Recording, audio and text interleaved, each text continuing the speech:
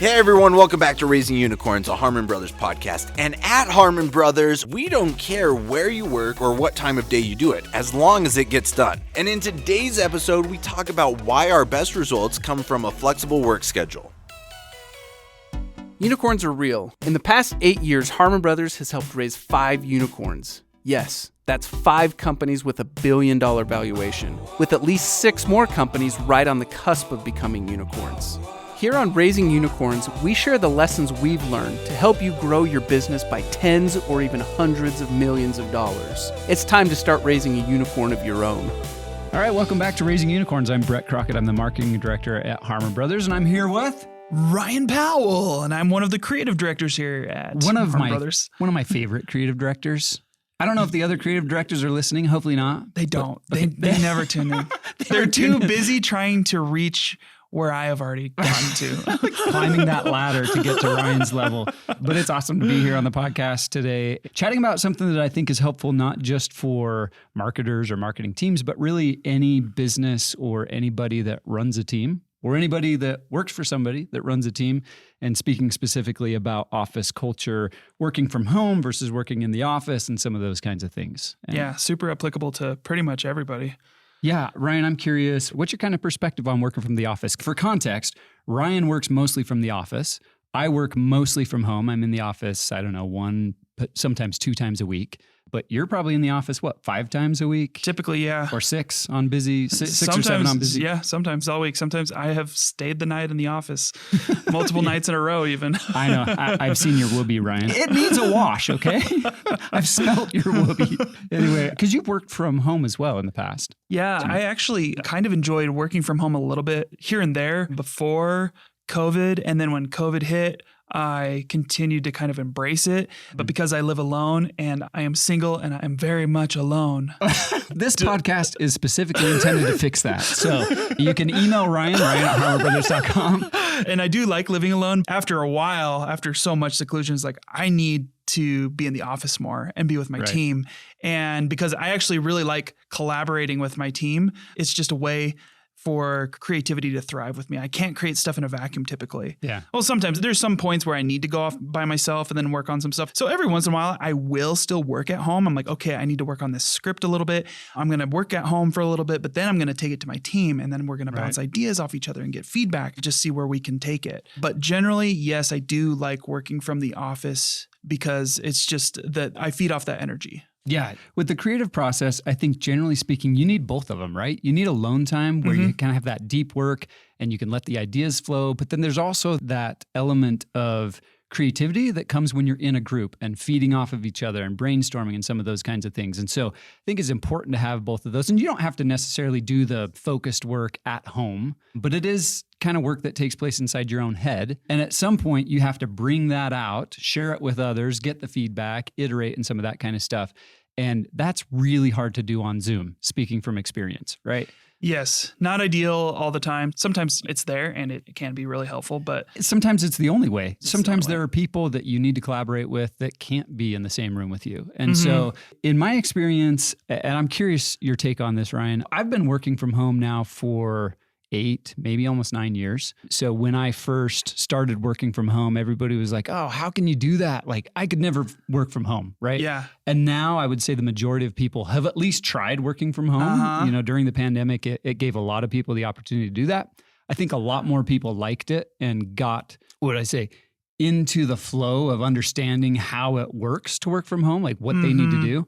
But for me, it's always worked out really well, I think for a couple of reasons. The first one is that I live a long ways away from anywhere, what it feels like. So to come to the office here at Harmon Brothers, the drive's about an hour. And now with gas prices at over $5 a gallon, like it costs a decent amount of money to come into the office, you know, certainly every day. So that's one thing that's nice. I get a couple hours back per day with no commute. And then I save a lot of money on gas as well. So that's nice. Doesn't specifically relate to work performance and stuff like that, but from a kind of a quality of life perspective and maybe saving the environment type of thing, I'm saving the environment. I like to tell myself that. When you're at home, are you able to easily distinguish, okay, this is my work time, I have to take care of my work responsibilities, and then have that designated time where you're with your family and stuff like that. Has that been a challenge, or? You'd have to ask my wife about that. No, it's definitely a challenge. And I think it always will be for everybody, but you can minimize the challenge, right? And so one of the things that I've done is, well, for a couple of reasons, but I have a separate office. It's down in my basement, which takes me out of the general living area of our home. And so walking down a couple flights of stairs is my commute, right?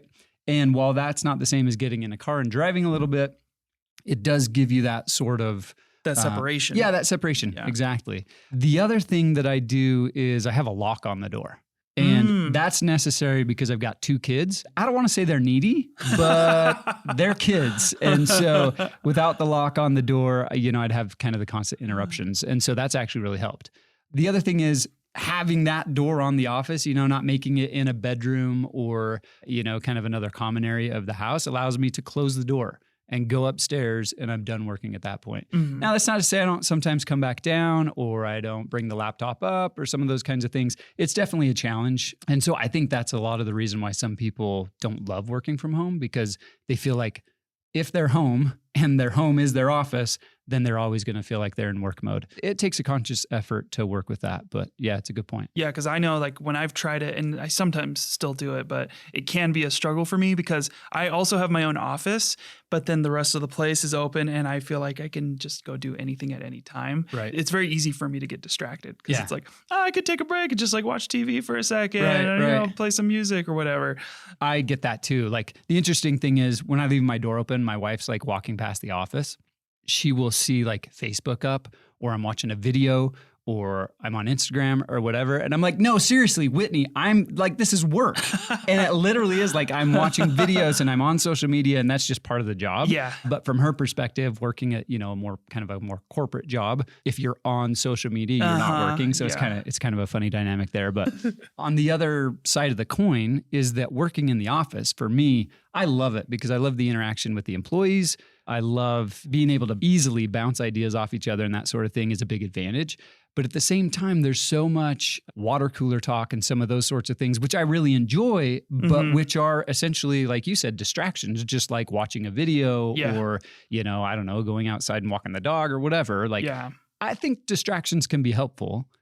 Sometimes your mind needs a rest before you can really go back and get focused. Mm-hmm. But I think those distractions happen whether you're at home or you're at the office. And it's something that you have to learn some self-discipline to cope with. Maybe you can make them a superpower rather than something that makes your job harder. Yeah, you could. I mean, I think a lot of the times when you do turn your brain, not necessarily off, but you switch gears and stuff and you're just like relaxing a little bit, you can recharge your brain, you give it that break.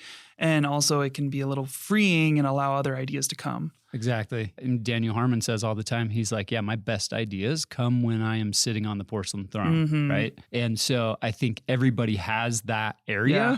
Like for me, it's the shower a lot of times, or it's when I'm out running in the morning, right? That's when the ideas can kind of flow. Yep. But if you're working all the time, you're not able to have kind of that creativity. You don't have time for it when you're in there doing the actual job, like the mechanics of it, right? Yeah, exactly. And I'm a master of distraction. I love distracting people at work, but you do a good job of it. Yeah.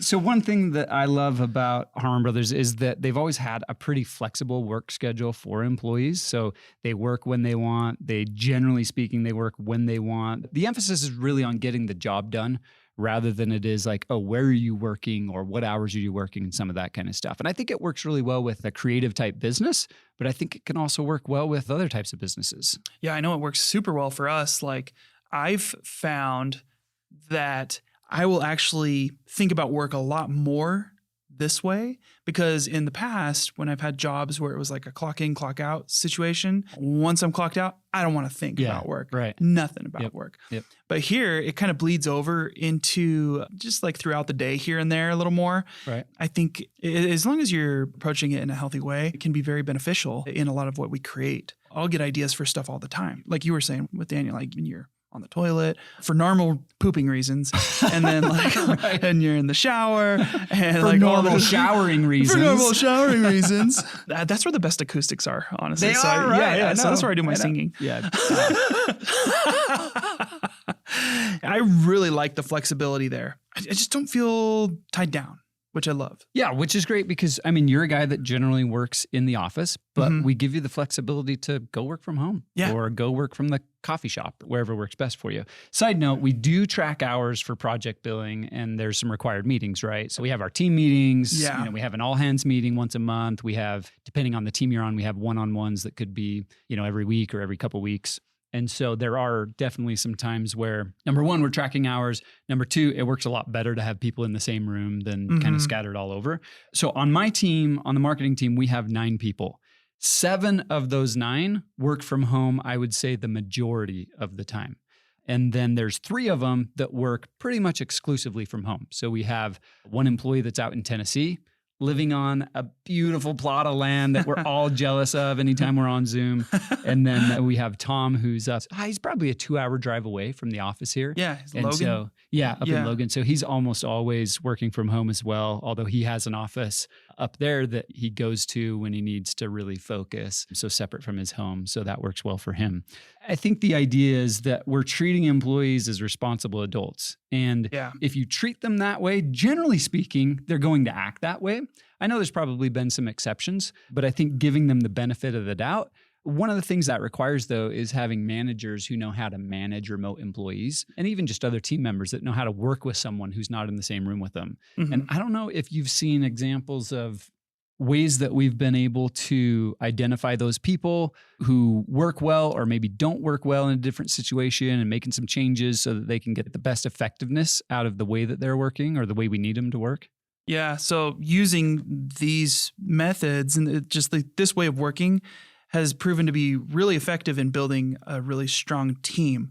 If there are people that we try out, because we'll have people start on sort of a trial basis, right? For a matter of months, however long. Yeah, so they'll work as more of a contractor than like a full-time employee. And we can get an idea of their work ethic and stuff like that. And if it's a situation where we're constantly trying to hound them, constantly getting after them, checking in on them in order for them to get stuff done and keep them motivated, we know it's not a good fit, right? And so we don't pursue that relationship. We don't make them an official employee. Mm-hmm. Whereas when we start using contractors that are very proactive and they're passionate about what we're doing, we're not having to hound them and get after them for every little thing. They're 2 steps ahead. And in those situations, it's like, okay, well, they're obviously already a great fit for our team. Let's seal the deal. Let's make them an offer. We've done that a lot. And I mean, there still has been like maybe 1 or 2 times where it didn't work as well as we would have liked it to. And in that case, after some time had passed, we would try talking with those people, trying to get them motivated and stuff and see like if there's something that needed to change in order for them to be proactive, take action on their own. And when it didn't happen, then we had to part ways. Right. So the interesting thing about that is I think at least before the pandemic, when people talked about working from home, it was like work was always in air quotes, right? It was like, you're working from home. Yeah. And I think there are definitely people out there who maybe abuse the privilege of working from home. But like you're saying, when you see the work that they're producing, again, we don't care when they're working. It's more about the results. And when you see those results day after day from somebody who's working from home, and it's as good as or better than someone who's working in the office, it kind of proves to the managers or to the company that, look, that's an employee that can be trusted. Doesn't matter whether they're in the office or at home. Yeah. They have the work ethic. And that work ethic exists regardless of where they're working. Right? Exactly. You know, when you have people that are in the office, just trusting that, because they're in the office, they're working is like, that's a misstep. Oh, 100%. It maybe looks more difficult to hide the fact that you're not working when you're in the office. Mm-hmm. But it's possible. Yeah, it's possible. I don't even necessarily know that it's harder because there's added skepticism sometimes, depending on the culture and the company and stuff like that. There can be added skepticism. And so a little bit more oversight over the people that are working from home. And then you take for granted the people who are in the office and you kind of sometimes just assume that they're working. Yeah. And so I think, again, it just goes back to this idea of, if you have the right employees and you trust them and you have some systems in place, project, tracking and some of those kinds of things, if you have the right systems in place and the right mindset, like you can trust your employees to work as adults and get the work done that you expect them to get done. And if they're doing that, then where they're doing it from doesn't really matter, right? Yeah. I thought this was interesting. Daniel Harmon, he posted on LinkedIn about work flexibility. I think it's been a few months, but that post was on fire. It got over 7,500 reactions, over 900 comments, which for me, a guy who, when I It's over 9,500. What did I say? 75. 75. Oh yeah. You shorted him by 2,000. Daniel, I take it back. 9,500. But that's crazy because when I post something on LinkedIn, I might get like 3 people to like it. It's like my mom or that's my mom. Really and then my mom's proud of second LinkedIn account. Anyway, but it was crazy the response that he got because there are, I think, polarizing feelings on this issue. I know one of the comments was like, but Daniel, how does the work get done if it's not structured? Won't people just be lazy? He said basically what we're saying. He was like, we hire people with good work ethic. I think to your point, Ryan, like we put them on a trial to make sure it's a good fit. And if the work isn't getting done, they're out of a job. It's actually a great recipe for getting the best team because it allows people to either rise to the top or sink, right? Yeah, spot on. Ryan, what's your favorite thing about working in the office? I'd have to say my team. I'm incredibly fortunate to work with people that I absolutely love, whose energy I feed off of, and it inspires me. They inspire me. And I just love these opportunities that we have to work together on projects that we feel so passionately about. And so seeing them every day, like it's like coming to hang out with friends in a way, but you're doing something that's meaningful, and fulfilling. Yeah, that would be my favorite thing. Yeah, that's awesome. I miss some of that with the amount that I work from home. Like I say, I'm on Zoom all the time with team members and stuff, but it's not quite the same. Right. We try and use Zoom, we use Marco Polo, we use Slack, and it's great, but it's not quite the same as seeing somebody face to face. And so that's one thing that I miss out on. And one of the reasons that I try to come into work at least once a week because it's fun to actually see people in person. Well, another thought I had going into the team that we have and being able to work with each other on a daily basis, we are actually, like most of us, have become pretty close friends. And I think when we bring on contractors and our clients and we're working together with them, they can see that, they can feel that. Right. And I think it's weird for them. But to see like how much these people actually like each other. Yeah. Like you can always be professional. They're no strangers to working with people that are just pleasant and professional all the time. Right. But we're like joking around while still getting stuff done. Yeah. And I personally love that because I goof around quite a bit, but I also want to put my whole heart and soul into my projects and make them the best that they can be. And so like that balance and that mixture, it's one thing that I think makes our work stand out. Even better. Yeah. It helps our work get even better. Exactly. Yeah. That's awesome. Brett, I was wondering, what would you say is your favorite thing about working from home? Okay. So I've had to think about this a little bit because there's a lot of nice things about it, right? Right. But one of my favorite things is that I get to work with a team who would otherwise not be able to be on my team. We have an employee. She was on the podcast a couple of weeks ago. Britt, who I mentioned, works out in Tennessee. When she moved to Tennessee, amazing thing happened. We got to keep her on the team. That's right? So great. It's incredible to be able to have these team members that you love working with, that are excellent at their jobs, and that aren't tied down by their location. Yeah. And we've got Tom and we've got others that are on the team. If we didn't have this flexibility, they just wouldn't be on the team. And we'd lose a huge part of what makes Harmon Brothers special because of that. And so I think the change in attitudes, I would say, over the last 2 to 5 years has been awesome as far as not only making remote work possible, but making it acceptable and respectable. And so I think that's been one of my favorite things about working from home. And granted, like that's me talking about other people working from home, but it's allowed me to work at Harmon Brothers, even though I live a decent commute away as well. And so it's just opened up opportunities for myself and for my team. And I'm really grateful for that. So yeah, that's a great point. Because we even have people on the creative team that do that. We have Mike in Delaware. Right. Yep. Our Delaware office, Our as Delaware he likes office. to call it. Yep. We currently have a European office. Gibson's been in Portugal for That's right. 3 months almost. That's right. And Chris and Leslie Stroud on our consulting team. Chris is our chief strategist. He lives in Portugal. And now I will also say that these people make an effort to actually come and have FaceTime with us. Usually a couple of times a year we get together and we get to have that face-to-face time and some of those benefits that you were talking about as well. But man, these people that we have that are remote, like they are amazing, and the team just wouldn't be the same without them. Because you remember did you ever have times at this job or past jobs before this was possible where someone that you really liked working with got a new job Yeah. somewhere else where they had to move Yeah. out of state, far away. Yep. That was the worst. Yeah. Well, it is. Not only do you lose their work abilities, right? Mhm. But in a way, you lose some of that friendship too. Yeah. Because you don't have those constant interactions Yeah. with them like you used to. And so, yeah, I remember a real good friend that I worked with, his wife was going to school somewhere else. And because she had to go to that university, essentially, they had to move. Yeah. And remote work at that company was not possible. He had to go with, right? He wanted to support his wife. And then that meant that we lost him. Yeah, man, having the flexibility to either work in the office or at home or, some combination of both kind of changes the game for what a company can do and the people that they can have on the team. That's funny that you said that because that's Mike's story, who lives in Delaware. Is that why he lives in Delaware? Yeah, because his wife went out to school over there. He's going out there to support her, and she's becoming a doctor of some sort. I love doctors. Yeah. Doctors are smart. They're so smart. Yeah. And Mike, you're smart too. Mike's smart too, because he knows that he needs to support his wife in becoming that. That's right. Oh, that's awesome. Yeah. So Yeah. perfect example. I mean, I'm sure that happens in many companies. Yeah. And if they don't have that flexibility, then they're losing fantastic talent like we have in Mike.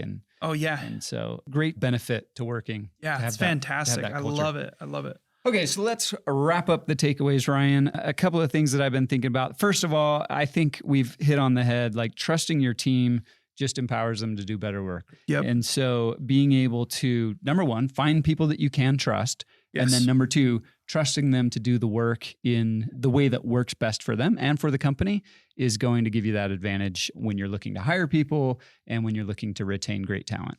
Yes. With this culture, it naturally weeds people out that are not go-getters and they're not going to be proactive. And it helps the stellar employees rise to the top. Yeah, exactly. Another one, you have to emphasize getting the work done and getting it done well rather than clocking in just to sit at a desk. And if you can figure that out, how to measure the results of the employee rather than measuring, I guess, where they're working or what hours they're working, you're going to be much better off. Totally. And the last big point is a happy team makes for happy clients. Like our clients can feel like how passionate and excited we are about their products. And that gets them more excited about it. It helps us develop a better relationship with them. And all of that will culminate in a better project. Yeah. Better outcomes from better relationships between team members, right? Yeah, exactly. All right, Ryan, great chatting with you today. I'm going to invite you up to my house to do a little bit of work up there. We can do some brainstorming. You can walk my dog. Just I'll kidding. invite you to the office. Oh, that would be awesome. Yeah. Is there an empty seat near you? Yeah. Most of my coworkers, they tend to just kind of not come into work. No, just Anybody who sits within a 10-foot radius of Ryan works from home, oddly enough. All right, Ryan. So before we leave, we got one more little surprise up the sleeve. Oh, do tell. Do you want me to tell you? I would love that. If you're listening on YouTube, go down into the comments and we've got a Harmon Brothers sweatshirt and sweet Camelback water bottle that we're going to give to one random selection of somebody who comments what their favorite Harmon Brothers campaign is. And then why is it Skull Shaver? Who was the creative director on that, by the way? Well, actually, it was me. Oh, Yeah, really? Yeah. Okay, just blew my mind there. Okay. Yeah, it was me and not co-creative directors with Shane. Okay, yeah. No, Shane's not generally involved in much we do around here. So awesome. So guys, leave your comments down below. Favorite campaign. We'll select a random winner to send a t-shirt, or not a t-shirt, a sweatshirt. Legit heavyweight sweatshirt for the summer months and a water bottle. We'll get that out to you via DM. All right. Awesome. Okay. Good chatting with you, Ryan. Good Take chat. care. See you You guys. too. For many businesses, customer acquisition and ad buying has been a nightmare ever since iOS 14. If you want help navigating the craziness of the e-commerce market, Harmon Brothers is offering a free webinar with 3 golden metrics you've probably never heard of. These metrics could help turn your company into a money-making machine. Just email us and we'll send you our value-packed video. You can reach us at podcast@harmonbrothers.com. Once again, that's podcast@harmonbrothers.com.